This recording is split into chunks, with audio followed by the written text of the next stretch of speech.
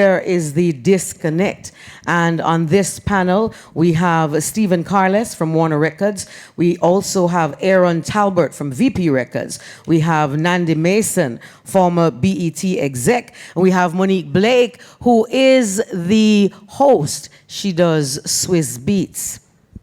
Len Brown from the Grammys. Can you put your hand together, please, for our first panel for our third day of the Island Music Conference, which the panel is, Where is the Disconnect? Thank you. Good morning, everyone. Are you guys coming? Okay. We'll get situated.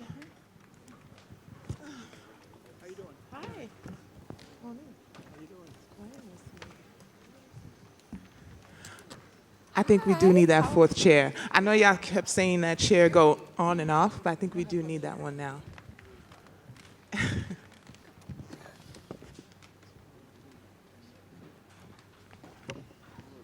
Make some noise for the team putting this together. They've been here day in and day out, making sure that this is good for all of you in attendance.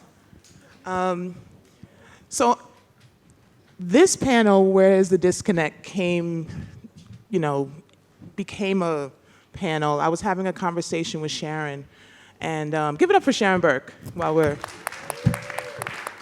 I was having a conversation with Sharon, and we were just going back and forth on why or what the struggles are for Caribbean artists breaking globally, and what some of those challenges look like. And she has her perspective, I have mine, and we were just talking, and she just stopped me in the middle and she said, "You have to come to the conference and you have to talk about this topic," and that's that. And Sharon, you can't say no to Sharon. Like when Sharon tells you something, that's what's gonna happen. So I'll give you a little bit of backstory on myself, and then I'll turn it over to my panelists to introduce themselves, and we'll get into the conversation. So my name is Monique Blake. I've been in the music industry now a little over 22 years. I know what you're thinking, how? You're only 30. But no, I've been in the business a little over 22 years, and my parents are both Caribbean. My dad's Jamaican and my mom's Guyanese. And thank you. And if you know Caribbean parents, entertainment isn't an industry that they're encouraging you to be a part of. For me, I was either supposed to be in finance or medicine. That was it. My siblings are either in finance and medicine. That was it. So I was the wild child. I was the child that you usually couldn't find. I was in the parties, at the DJ booth, because just music was a part of my DNA. My mom played records every Saturday morning while she was cleaning the house. That's how you knew who was who and what was what from some of the older catalog for a lot of artists. And I love that. I loved being able to experience. I wasn't born in the Caribbean. So that for me is one of the things that I'm like, damn, why y'all couldn't just fly over and make sure I was born on an island? But I share that because that was where I used to feel disconnected with the island, was not having physically being born here, and how sometimes people who are born on the island make you feel for not being born on an island. And I get emotional when I talk about it because it's a real thing, but I think that's where some disconnect can begin, just internally with how we treat others who, in our mind, we feel is less Caribbean because they weren't born on an island. So just something to keep in mind as you interact and engage with people who may not be born physically on an island, but who wave the flag day in and day out in what they do. Embrace them, because they are the allies, for what you guys are doing here. I sit in a lot of corporate meetings and a lot of corporate rooms, and I always am bothered when, at the end of the meeting, someone who's Caribbean comes up to me on the side and speaks to me in their accent. I'm like, why you ain't say that the whole time? You know how much I wish I had my accent? So really be proud about being Caribbean, because it's something that everybody can't say that they are, but we are a force. And the more we hold our hands and the more we stand up for each other, regardless of what island we're from, that's another thing I see. If you ain't from a certain island, you're not as Caribbean as someone else. We are one Caribbean. We really do represent each other when we show up collectively, and I just want to make sure that, you guys understand how that reflects outwardly for people who are unaware of where sometimes the disconnect can be amongst us collectively, people notice, so. But anyway, I want to take a second to introduce or allow my panelists to introduce themselves. But we're going to play a little game. So not only do I want you to say your name, where you work, and how long you've been there, but I also want you to let people know what island you represent, whether born there or not, because we're connected via the Caribbean. And I want you to tell everyone what your favorite Caribbean food is, because food connects us all as well. You'd be surprised. I have a lot of friends who don't look like me, don't sound like me, but will absolutely order the ackee and saltfish breakfast whenever they get the opportunity. So I'll start with Steve, and then we'll work our way this way. Oh, hello. How y'all doing? My name is Steve Carless. I've been in the record business almost 20 years now. Yes, I am 25. And I work at Warner Records. This is my first year, just had my 1 year anniversary at the company, and I'm president of A&R and head of creative at the label. And we can applaud. That's a big deal. That's a big deal. My family originates from here. I'm from Jamaica as well. I wasn't born here, but both my parents are from Kingston. So, and my favorite food is oxtails. Okay, nice. Len. So I'm Len Brown. I'm from the Recording Academy, the Grammys, where I do all the rap, reggae, and R&B awards there for the last 4 to 5 years now. And originally from Jamaica as well. Family's from Jamaica. I was born in Brooklyn, though. My favorite food is stewed peas and rice. Nandy.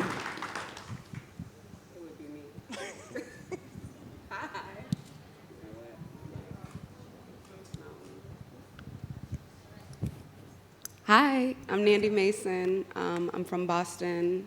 I have been in the entertainment industry for about 15 years, mainly in TV, and now I'm in music tech at Spotify.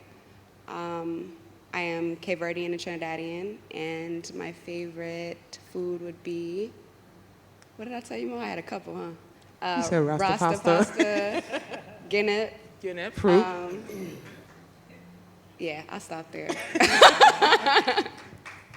Good morning. My name is Aaron Talbert, and I'm representing the island of Manhattan.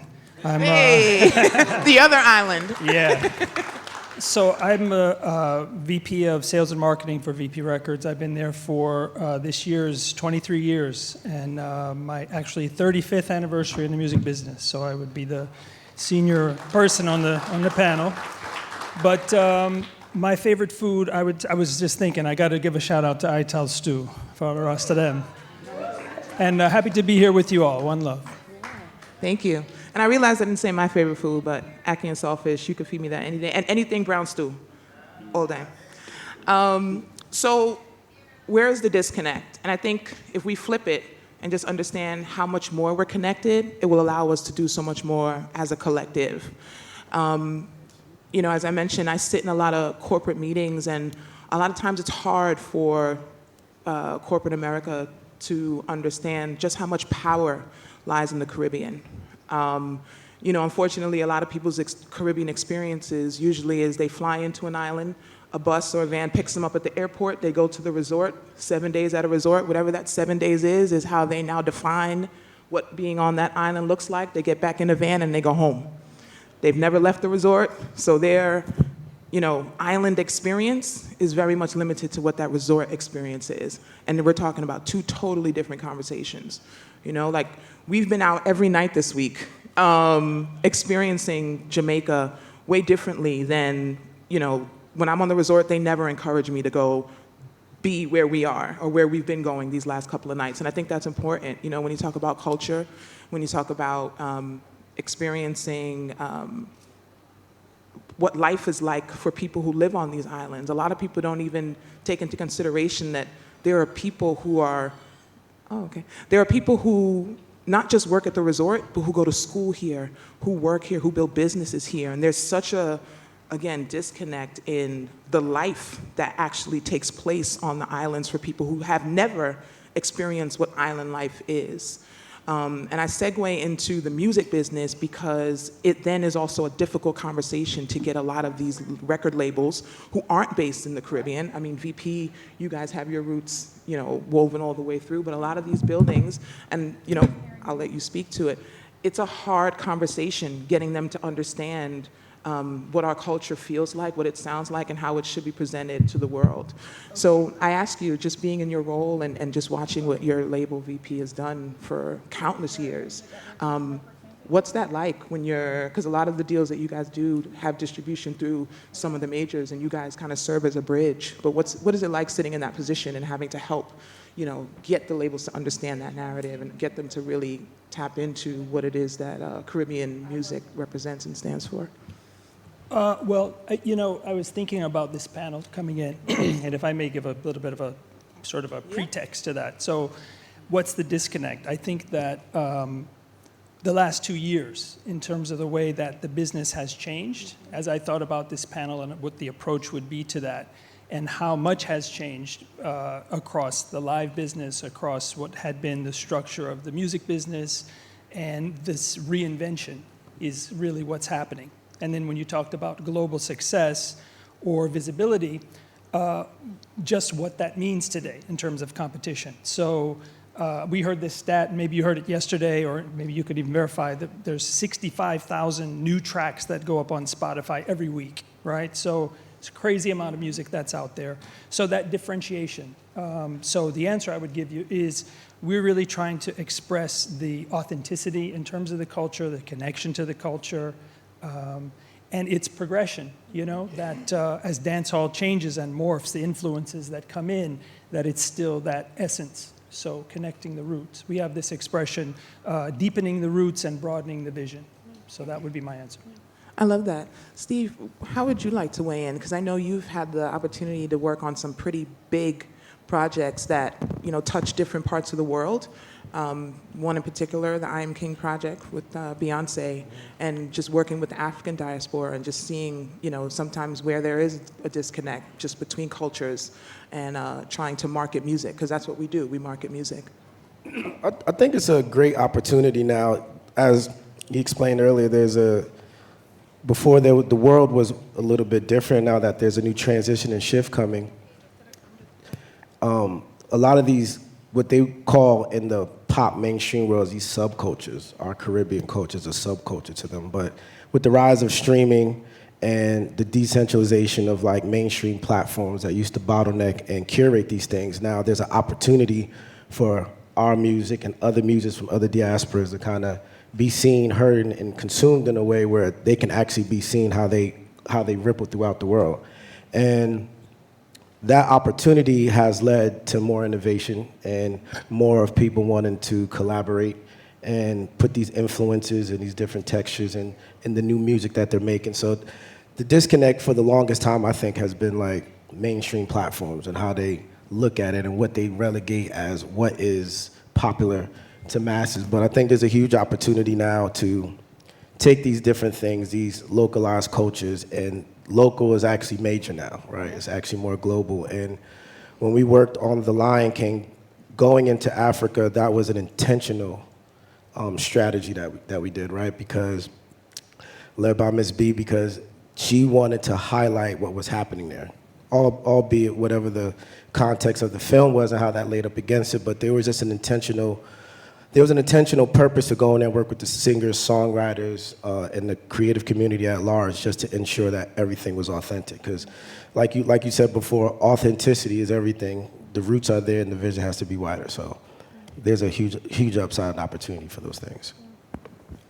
And I love that you touch on, how sometimes, by default, we fall into that sub-genre type of space. I think, Len, whenever the Grammy type of cycle comes around and we start talking about the reggae category and, how do you become a nominee, and why are certain groups, constantly nominated, and what about other acts and other artists? Can you talk a little bit about that process and, help enlighten people? Because I think knowledge is what's going to help to kind of break where we're disconnected. No, you bring up a good point with that, because the way I look at it is, obviously everybody's more used to the mainstream stuff, right? So they're always used to the pop and the hip hop and everything else, but there's not enough attention that goes to the reggae category in the Grammys. And I think part of it's because of the just lack of information, because it's a national organization, but yet it's still an international base of people that use it, especially with, we encourage reggae artists to be a part of it, producers, songwriters, everybody else. And I think the disconnect for a while has just been the fact of the proximity of it. And sometimes just, we're not sending anybody to the island to do any type of work or any type of outreach. And then therefore, we're asking people to come to us, or go to the website, where that's not really fair for them to even really learn about what they could really do with the Academy. So, we've been taking better strides into trying figuring out what's the best way to let them know about membership, in terms of artists that could be a part of it, professional membership for the people that's working behind the scenes, and then just for everybody else to understand that, there's more to do besides just that. So, that's why I'm here. That's why I try to come here more often, to be able to just speak to it and be able to say, these are the people that need to be a part of the Academy. These are the people that need to at least exercise that ability to vote, knowing that, you can help push your genre forward with the Academy, and every year with the nominations and the winners and stuff. So, it's something that is not as easy, but I try to explain it the best I can, because it is an organization by musicians for musicians, and we need more musicians to be a part of it for it to be really working for your genre. And obviously, when you have people that are a part of it that are just used to it,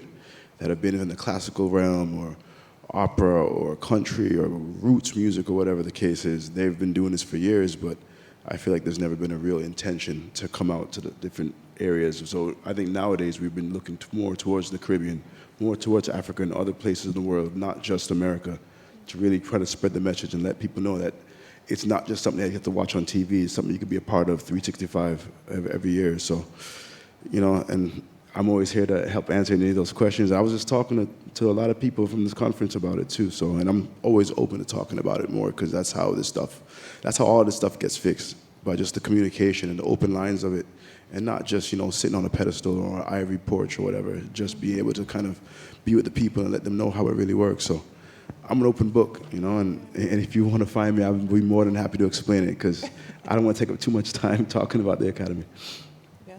No, but I think, even as you talk about the intention you guys are making about going into the islands and understanding the culture, I constantly, like the conversations that I have with artists across Caribbean music, right? Because I think that's another place where we, as a collective, need to help educate, because a lot of people really believe that reggae is the only genre that,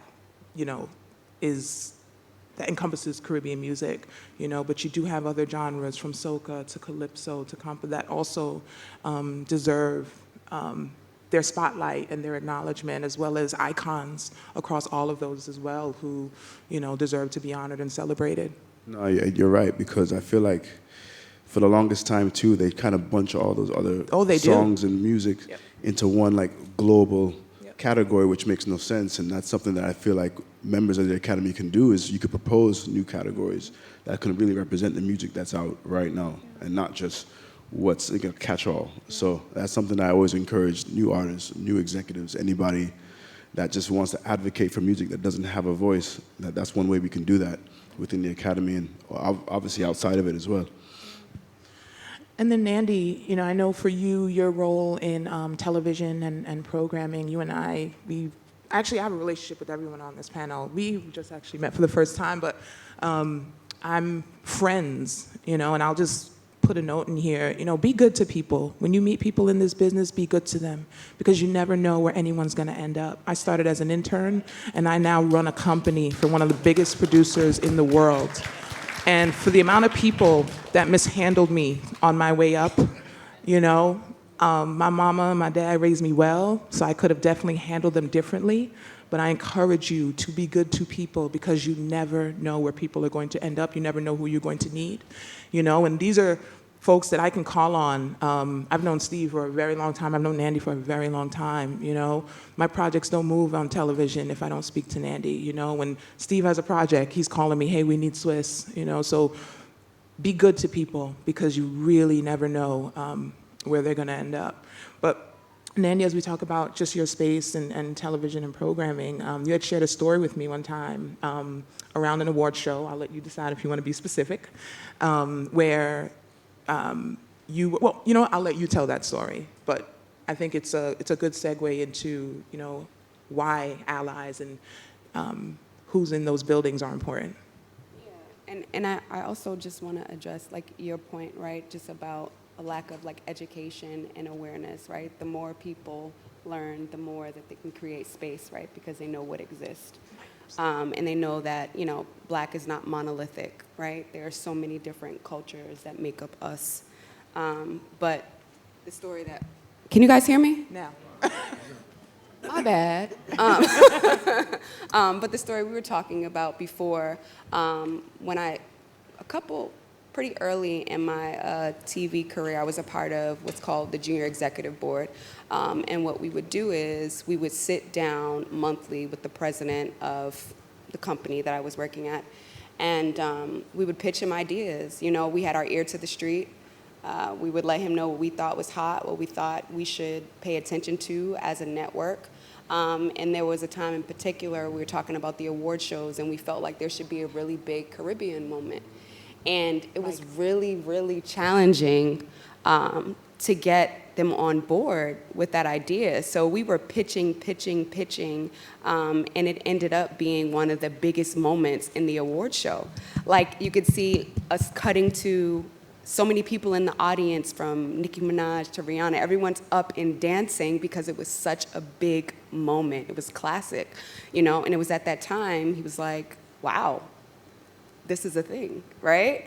And the same thing happened with 106 in Park. You know, we had pitched doing an episode around Carnival, and it took a while, but it was one of our highest rated episodes, right? So it was those moments that made it very clear that we were missing a whole group of people, you know, and that we had more work to do, especially if we were going to be the footprint or the voice for Black people, Black culture, and people who enjoy Black culture.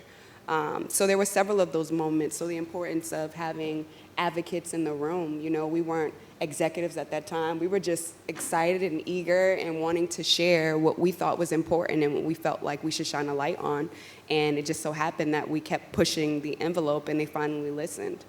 But again, I think you don't know what you don't know, right? And it was in those moments that the numbers proved that what we were saying was accurate, right? And at those times, you know, those are the times that allow you to just change the game and transition, right? That awareness and education. No, and I'll add to that. I remember, you know, as we were gearing up for our Beanie Man vs. Bounty versus, and shout out to Sharon again, somewhere in here.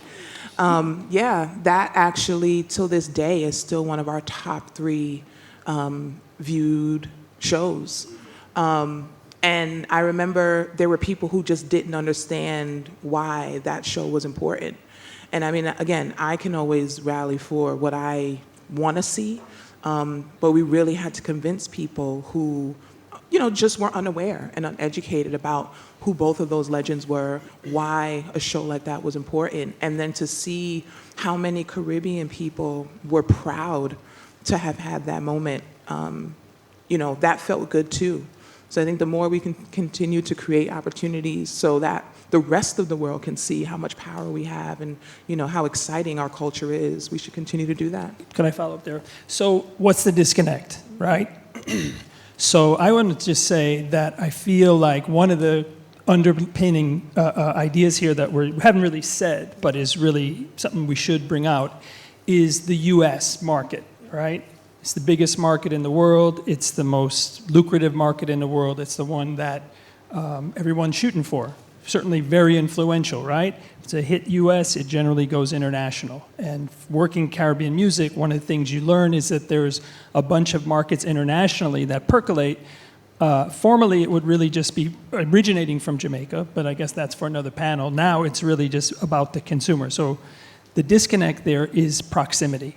And so for the young artists or older artists who are here or people aspiring, one of the things I think is important to say is that having an understanding, having some reach. You know, we've talked about artists and trying to get them started, or what's the next step after the pandemic or whatever. And one of the things we're talking about, particularly if they're performing or touring artists, is to have some residency or some time in the US to work locally, because if it's a BET or Grammys or otherwise, those are people like everyone who is aware and taking in what's around them, right? That's going to be your biggest influence.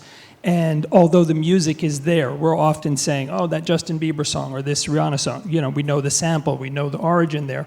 But the point is that in terms of current time and the new people who are making these decisions or holding these jobs, that proximity is an important thing. So disconnect. It's not going to come to you, you've got to go to it. Exactly. The other thing I think is important to say is, what's your goal, right? In terms of show business, you know, to look at Jay-Z and Beyonce, oh yeah, well, I want that.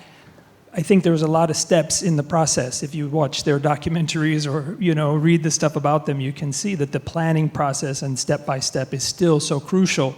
So I think that's another thing we should really try to underscore for people, is that you don't hold these jobs by not having a plan, by not having some vision. And these particular discussions that they've brought up, pitching that moment, preparation is a big part of it. No, I love that. And then, you know, as you mentioned proximity, I think, you know, people always, when I bring up numbers, right, people always come back to me and say, oh, well, there are not enough numbers in the Caribbean to crack and, you know, do what you need to do. But I do think people always forget about the amount of Caribbean people who migrate elsewhere, and that their numbers count also, and who they communicate with where they are now. You know, I spent a lot of time in England, and one of the things that I fell in love with there was the fact that I can turn on the radio in England and hear a Barris record, an Adele record, and a Buju record in that order. In the US, the programming is a lot different. I can only hear reggae music on Sunday between 8 and 10 on one radio station. And that's really unfair to artists when you think about the resources that are available to them to become as successful as a Jay-Z and a Beyonce. Yeah. Well, but that's not the only music career that exists, right? That So too. coming from an independent label, you can have a career and make money and have a career in the business and not be that necessarily, right? So what does that mean? Is that there is the U.S. market, but there's other markets that internationally that can work. And I think what's happened with streaming is it's leveled the playing field to a large extent, because what was the barrier for entry, distribution, or having a label deal or so forth, people can venture and start to get those bites themselves, right? So I think that's a good thing that's going on in terms of the market. And then again, in terms of scale, that's not the only vision of a music career. There's all type of things that happen. Sync and licensing, original music that can be placed. There's a wide range of music careers that are available. Yeah, and, you know, we had talked about, before it was what's your favorite food, we were going to talk about, you know, what was your favorite film. But I'm glad you raised the point around television and film and music being placed in those places, because people forget about those being really big opportunities, you know, to get your music into different places and different markets. And then thinking about, again, it's still all new to me and I'm learning, but what does the film and television scene look like here? You know, who can you be talking to get some of your music placed? You know, everything isn't always radio airplay. There are other places where you can get your music placed and then use that as a vehicle to take you into other spaces. Yeah. So I don't know, is there someone in the crowd that has a microphone? Because I definitely want to open this up to questions. Is there anything else anyone wanted to add? I thought this was a good opportunity for you to listen in to what would be a conversation we would have probably amongst ourselves. But I think there's also a lot of room for you guys to ask questions and then allow our experience to answer that for you. I see some hands up. Is this okay?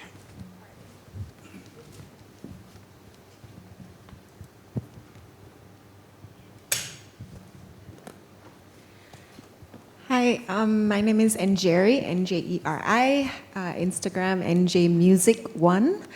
I just was so proud of Kabaka Pyramid, who recently won the Grammy for Reggae Album. Big win.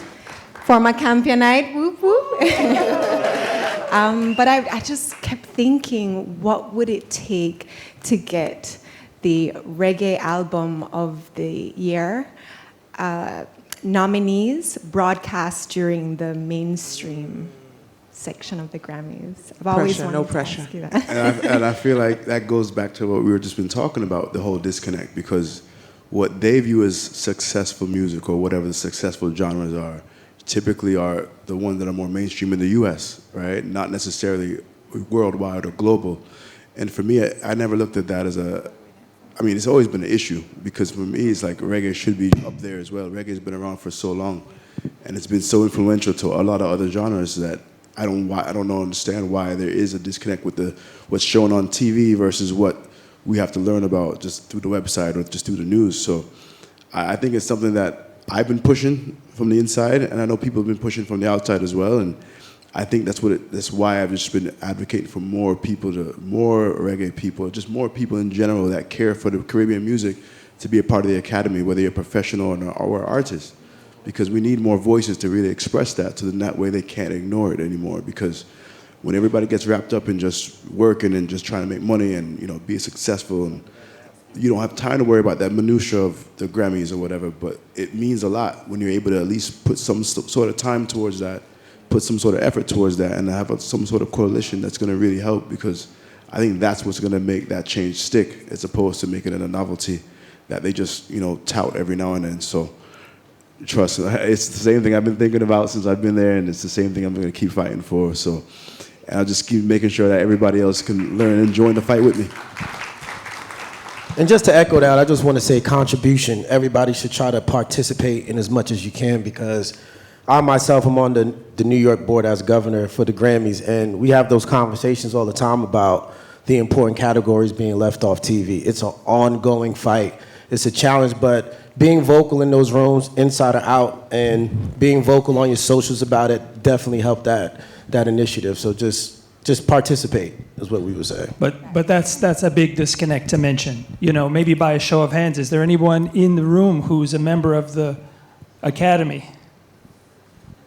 That's too 3, little. 4, 5 hands. 6. We need more hands. That's the point, is to get those categories promoted. You need the lobbying power inside, you need the audience that's viewing the show, and you need the hit power. So, there's a lot of elements that come together in that. And I know with VP, there's been a couple of initiatives. I know one Christy Barber had done some years back, and then we've done more recently to just subscribe people. I think it was $100 a year to join the chapters, correct? Yeah, $100 a year for the membership, yeah. Right, membership. And then if you have credits, I don't remember what they are particularly. 12 credits, at least, if you're like 12 producer credits, 12 songwriting credits, 12 artist credits, so on and so forth. And then you can be a voting member. And that's how you change things. And you can also be a professional member, like Steve is already, right? And like if you're working in music videos, if you're working as, a manager or a publicist or agent or whatever the case is, you can still be a member of that and still have your voice heard in it. And I think some people just don't realize that, and it's not hard. We just need the more awareness, and like I said, I'm always here for that, and I'm always happy. Grammy.com/join, by the way. Yeah, my name is Karl Kaiser, and I'm also not a son of the soil. And for us, it's very easy to say you have to have proximity to the industry. We can travel. For the reality for many Jamaicans is they get no visa. They can be close to the society, to your industry. And I think that should be also aware of people who are in the States, to come to Jamaica and see what is going on here, because people, for them, it's hard to travel. And I respect that for sure. And we've had many times where we're trying to work an artist or an album, and that's a problem. And I think that has certainly impacted the music. Thinking about Buju or other Bounty or a number of those key artists who have not been able to travel at times during their career. And certainly that's something that we're proponents of that, right, at VP. My point was really more about the idea of planning and strategizing, right, based on what results I'm looking for. Let me understand what I can affect, where I am. So, okay. Yeah, thank you for that explanation. What I want to add is to the artist inside, have your travel papers ready, meaning not start in the summer of 23 when you're going on tour. think about it like a year before, because that's a long process, and that can hinder you from taking the next step internationally. So, yeah, traveling papers are a very important thing. Well, the other thing, sorry, but one other thing about the disconnect is the infrastructure of the business. If 95% of the people are stage artists, who's going to do the business, right? So you need managers, you need road manager, you need business manager, you need people to help with publishing, you need songwriting. You know, there's a bunch of other areas, again, within the business that the Jamaican industry needs. And this conference, I know, and hearing from Shaggy, the idea is education and opening up some of these ideas. A lot of times you find out about a job that you didn't know exists when you meet somebody who's doing it. And it's like, wow, okay, that's something that is not in my, you know, my purview at this time, but it's a possibility. So, you know, definitely, I think that's another thing to really emphasize to younger people particularly, and aspiring artists, is that, yes, you can be an artist, but in terms of behind the camera, and look at some of the careers that have been very successful there also, as a metaphor. And I love that you made mention about preparation, because there's so many times that I meet artists and they have a hit record and they never thought about ever having to leave the island or what that process would look like.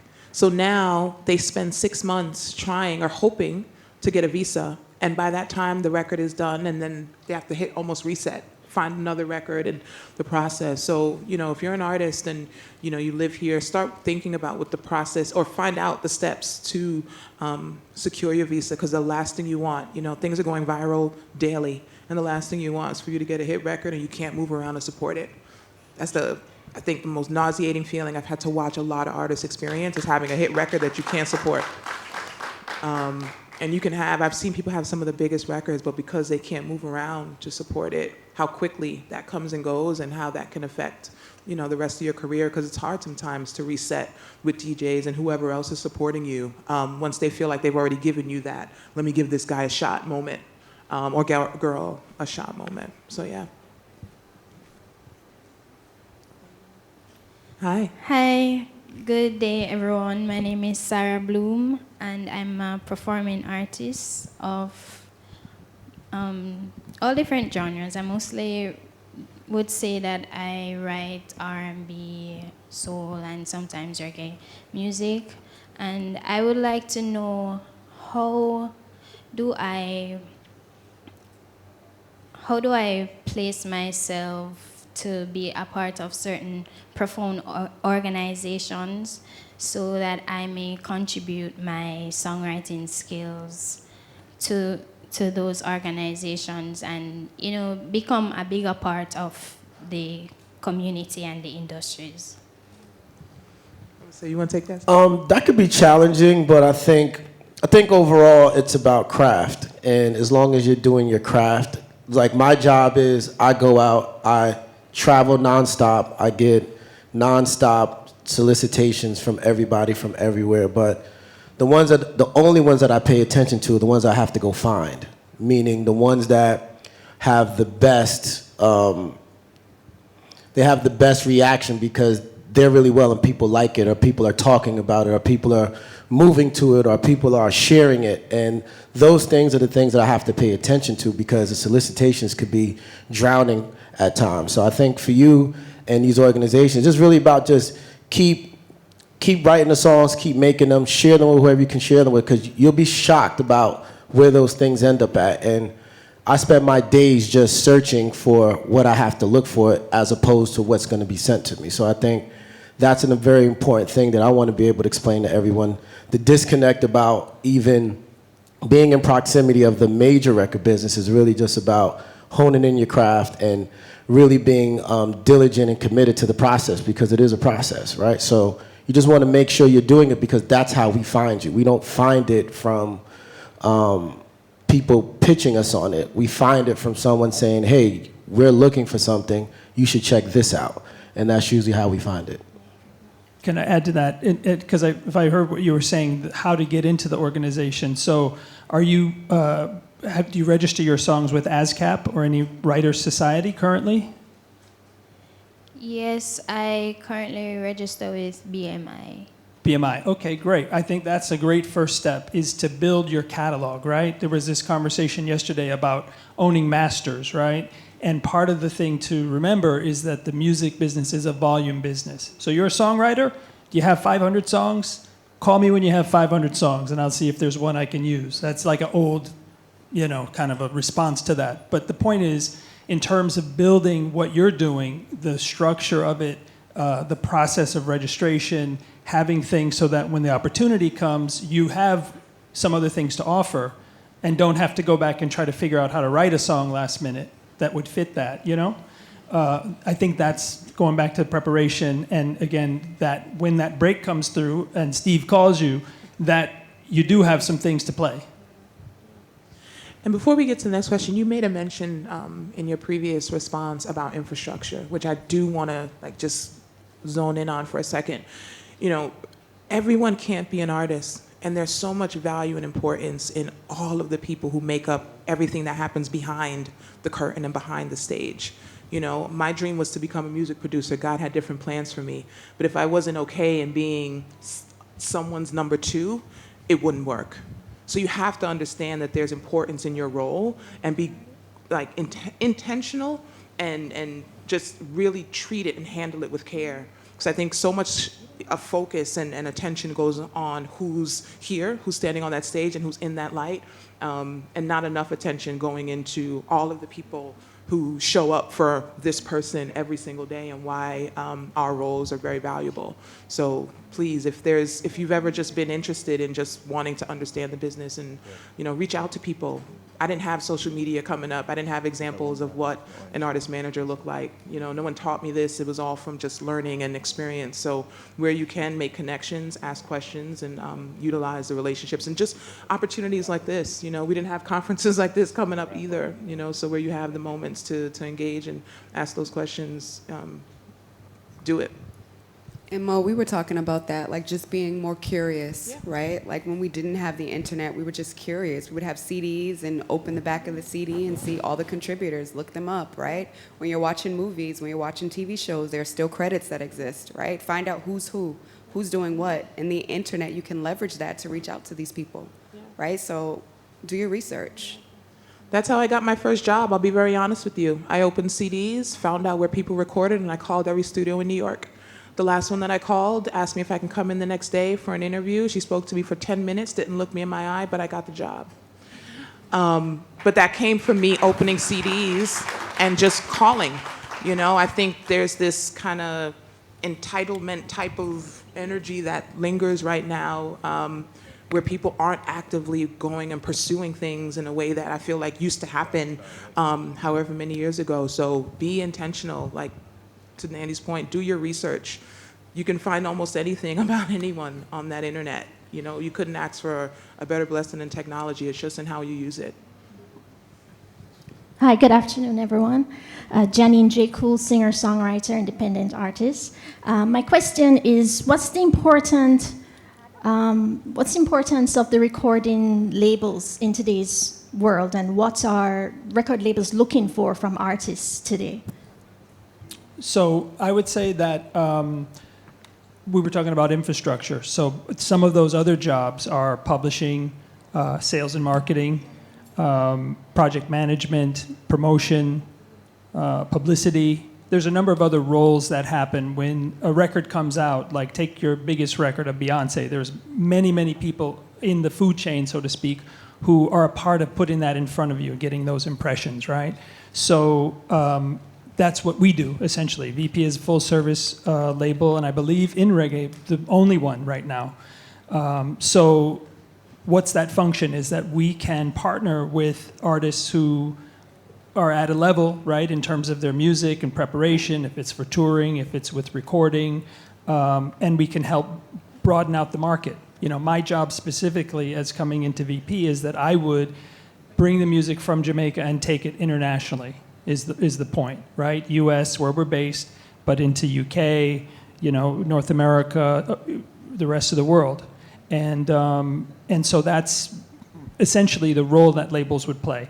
So what's the deal in terms of the artist-driven label, and how come Stormzy is a worldwide artist and you don't have a label? Well, there's a lot of one artist label deals out there, and a lot of things have morphed where, I don't know, going back, it was like everything's on Motown, and that's really what's been. And today, the distributors, like our distributor is ADA, right? We're through Warner Music. Warner Music is, multinational. So there are artists that are signed to the Warner Music labels. There are artists that have deals with Warner Music distribution channels. But basically, in terms of distribution, it's one pipe, and all of it's going through the same one. So, and based on the performance of the records, you can turn on those different levers. So, so distribution is the other one. I think it's really, anybody who's saying, the artist can do it themselves, it's true, but in terms of the levels, there's still levels in terms of what, how you can get the business and scale. One last question.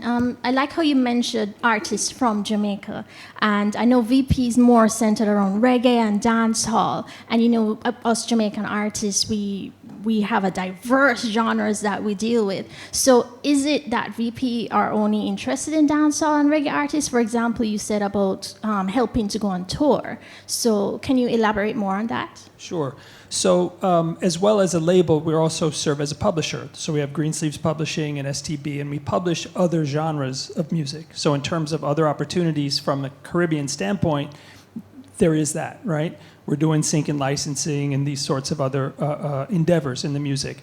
As a label standpoint, around the office, I kind of have coined this thing, and I hope I won't get myself in trouble by saying, if there were a national record label, VP is it for Jamaica.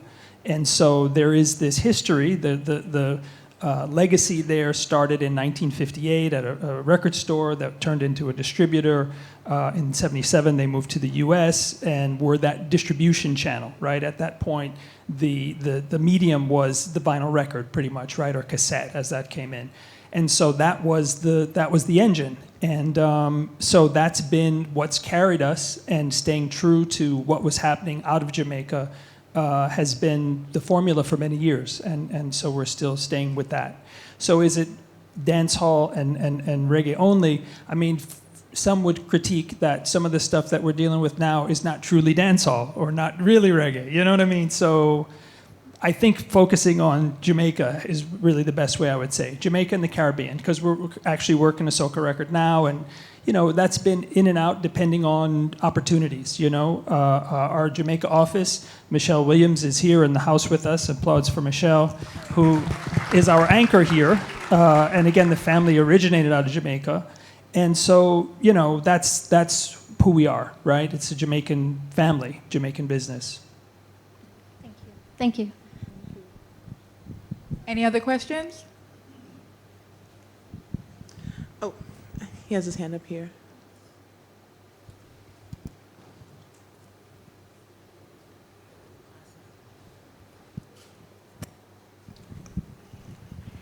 Good afternoon, everyone. So, my name is Richard Burgess, popularly known here in Jamaica as Richie B. I've only...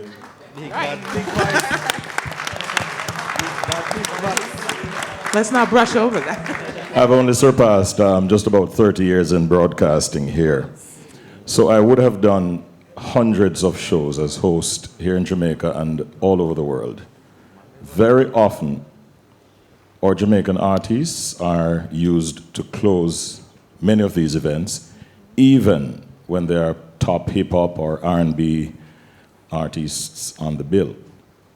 My question is, where is the disconnect? Why is it that we don't see more of our Jamaican artists, who are obviously very, very popular internationally, being signed to record labels? Why are we not getting deals for our Jamaican artists, even amidst that level of popularity that they're experiencing?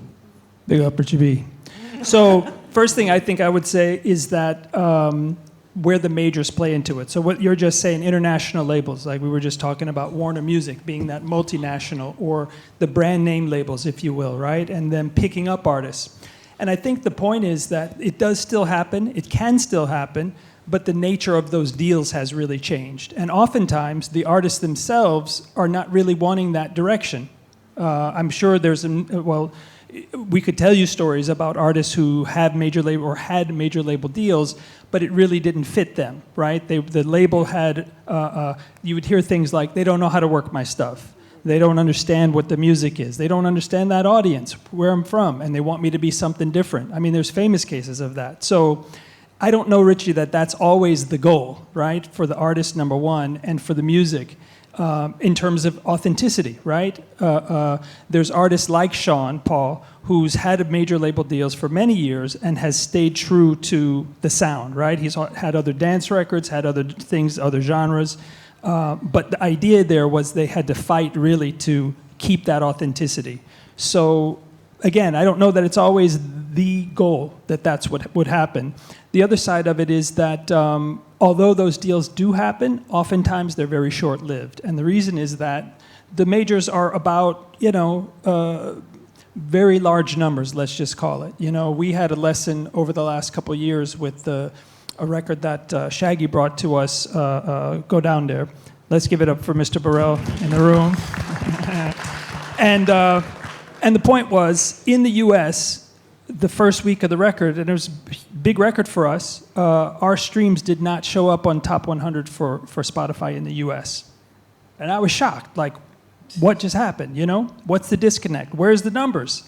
Because we know that the audience is there, we know that the quality of the record is there, we know we've done what we could do to get the record as big as it could be. And the idea is that the domination of those top 1% of artists is so much so, that it's very difficult to get a record to break through on those other levels. The good part of it for us is that the record ended up blowing up internationally, and to this day, our biggest market on Go Down There is India, surprisingly. So maybe the other thing on a positive side for people to think about is that it really doesn't have to only be about the US. I mean, we've lived through some examples where other markets internationally can embrace a song, could be off of a TikTok, could be, off of just conventional means, or could be your touring, that's where it can happen for you. And so I hope that answers the question. And to add to that, I always try and encourage artists to get the thinking out of their mind that they're only going to make it when they break in America. That's not the case. To have a success story come out of India around Caribbean music, that's a big deal, which means that there's audience there. So don't be scared to try your music in other places, because the US might be last, and that's okay. Go ahead. She said US usually is the last. Good morning, or it's afternoon now. Kevin V of the group Voicemail. First, I want to say big respect to... appreciate it. First, I want to say big respect to the whole IMC, because I think this in itself is something to help with the disconnect of what's going on in our music industry. Because when we look around still, I think that this arena should have been filled with not just regular people who want to learn, but us as entertainers, and in every single aspect. Because I think that one of the aspects of our industry that is lacking is education. The fact that you guys can come up here and give us at least some of the information for us to move forward with, I think that in itself closes the disconnection gap. So I really just want to say, everybody in here, please, just telling the artist friend them to come. I don't think it is that expensive. And I appreciate, I don't think it's that expensive. And for you to learn something that is going to be better for your growth as an artist and as a business. As it relates to the Grammy thing, I really think that one of the things that's lacking is the education. A lot of people don't even know the first process of getting to be a member, and I think that's also a disconnect. So my appreciation to that. Respect. Good morning, afternoon, Shawnee. Shawnee. What's good? Monique, when you mentioned about the UK and being able to hear Buju and Beres on the radio, I smiled, but I also thought, damn, we have to fight for that And I so know. hard. And because we got like the community radio stations in the UK as well, it doesn't come as naturally like that on a station like One Extra. Even though I invest so much time here and the BBC does, we have to literally fight for that.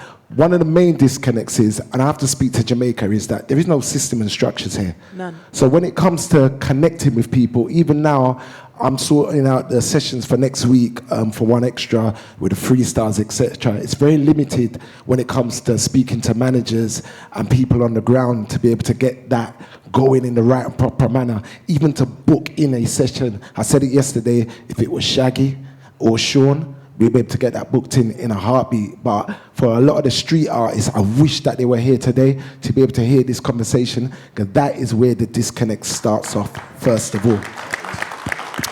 And I just wanted to ask the panel, as you guys are like US, I know for myself in the UK, when it comes to this music from the Caribbean, it's very seasonal. When summer comes on, all of a sudden everybody want to play Cartel. When Carnival is around, everybody want to play Kez and Marshall. Is it like that for you guys in the US? Because I have to really fight to know that this music can be played for 12 months of the year. I mean, it's very difficult. I work with a few large artists that you've all probably grown up on, and it's hard, when it's not Reggae Month, when Carnival isn't coming up.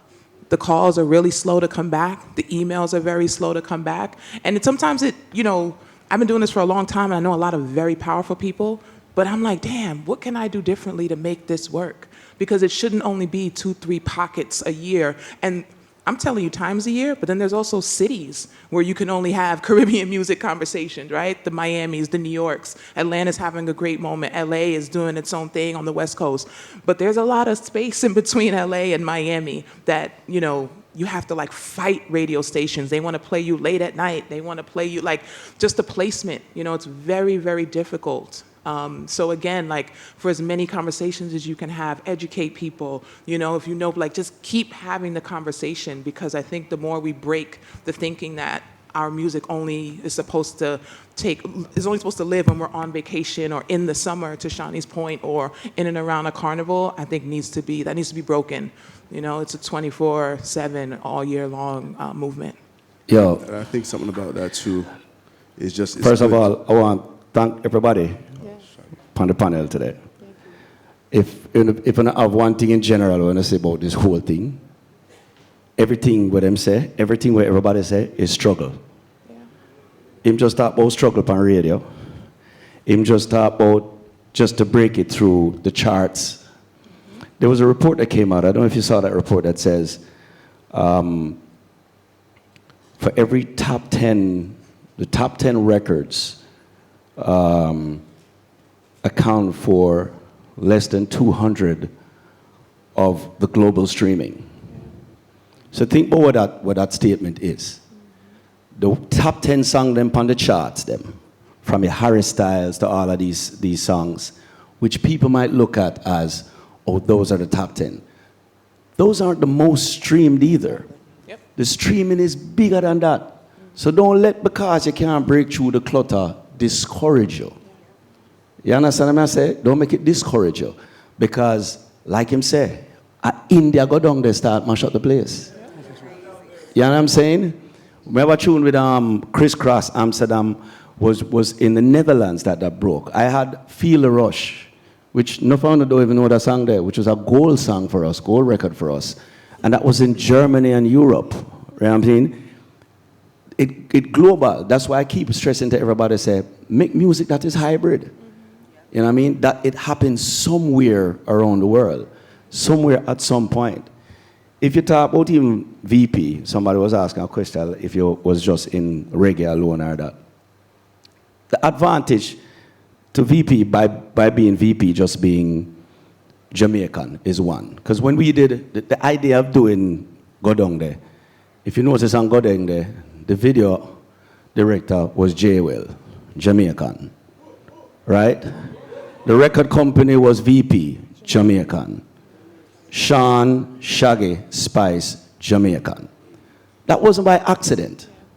That was something that was planned, because we need to send a message that we're not just here depending on foreign features, right? And foreign record company. I've been independent for a long time. And I've gotten hits on independent for a long time by myself without big features. So don't say it can't be done. It can be done. And VP is ready for that because I just did a joint venture with VP.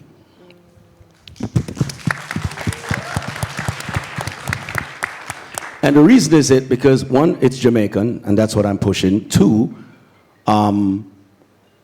they have a better, if you go to a major company now, say you go to Sony, BMG, they have Afrobeat, they have hip hop, they have, what you call it Latin, reggaeton, right? They have pop, right? They have rock. All of those genres that I just named to you have a bigger market share than reggae. Reggae is less than 5% of that market share. So when you look at their earnings is more than probably about 80% of their revenue comes from their catalog, which is all of those other genres. So ask yourself, why would they spend any money on a genre of just 5%? Why would they invest money in marketing an artist in a genre of just 5%? No, you have to be associated with either some big name or some big management, and not a lot of us get that. You know what I'm saying? For them, each rollout of a record is somewhere about, if you look at Ariana Grande, around 400,000, 500,000 on a rollout per single. How much reggae man are going to get that budget there? It never happen. The difference with VP is they don't have pop, they don't have rock, they don't have Afrobeat, they don't have things, they have reggae. So their catalog is all reggae. For their catalog to be valuable down there, they have to push reggae. That's what they got to do. So you're going to get a much better attention from them because they don't have the other genres to float their back end. Do you get what I'm saying? So that's one part on the business part. The other part is on some patriotic shit, which is I'm on, because me I say, yo, Jamaica, I'm better than everybody else, and we're going to go through it. See, so that's another part of it. But please, why I just said it, and I don't cut you, but is, please do not be discouraged when you hear that, yo, it's hard to go through the clutter. Like I said for years, them say, oh, reggae is less than 5%, so we can't spend money. I sold 40 million records, right? And at that time when I was doing it, it was less than 2% of the market share. Think about that. No radio station knew what reggae or dancehall was at that point. So it can be done. It boils back down to what I say, that because of the struggle, we have to be superstars. You have to make your record 10 times better, work 10 times harder with 10 times less, and be 10 times earlier than everybody else. It is not a level playing field. And for these people up here to do the job they want, they love the culture just as much as you. They do. They want it to happen. But it can't happen because you're not giving them the tool. And just like when I said, a lot of them are missing. No, you're going to tell me, say, me there, me learn a couple of things. I mean, no, enough of them don't know more than me. But me there. And I've learned a lot since I've been here for the past 3 days. So they all should be in here. Again, spread the word as it is. But please, know that as an artist, you have to dedicate yourself to do it 10 times better. It is not a level playing field, and it will never be. As far as because we're a small little island and a small genre, but we have done some big things. Thank you. Sorry about it. No, it's okay. And just to add, you always hear these Thank terms. you. No, it's okay. You hear these terms, gatekeepers, and I just want to change the thinking to know that each one of us are stakeholders. Absolutely. We are agree with all- that, Monique. Absolutely. We have Thank you to so much stop- to our host, Monique Blake. Oh, thank you were saying. no, I was just going to say, we just have to stop this thinking that, once one goes in, they close the door. You know, we are so important to each one of us in the journey that this genre is on. So we just have to keep showing up and know that we are all stakeholders in this, and to keep fighting because it's important. Beautiful. Agree with that. Thank you so much to our hosts, Monique Blake, Nandy Mason, former BET exec, Aaron Talbot from VP Records, Stephen Carless, Warner Records, Len Brown from the Grammys. The panel has just been Where is the Disconnect?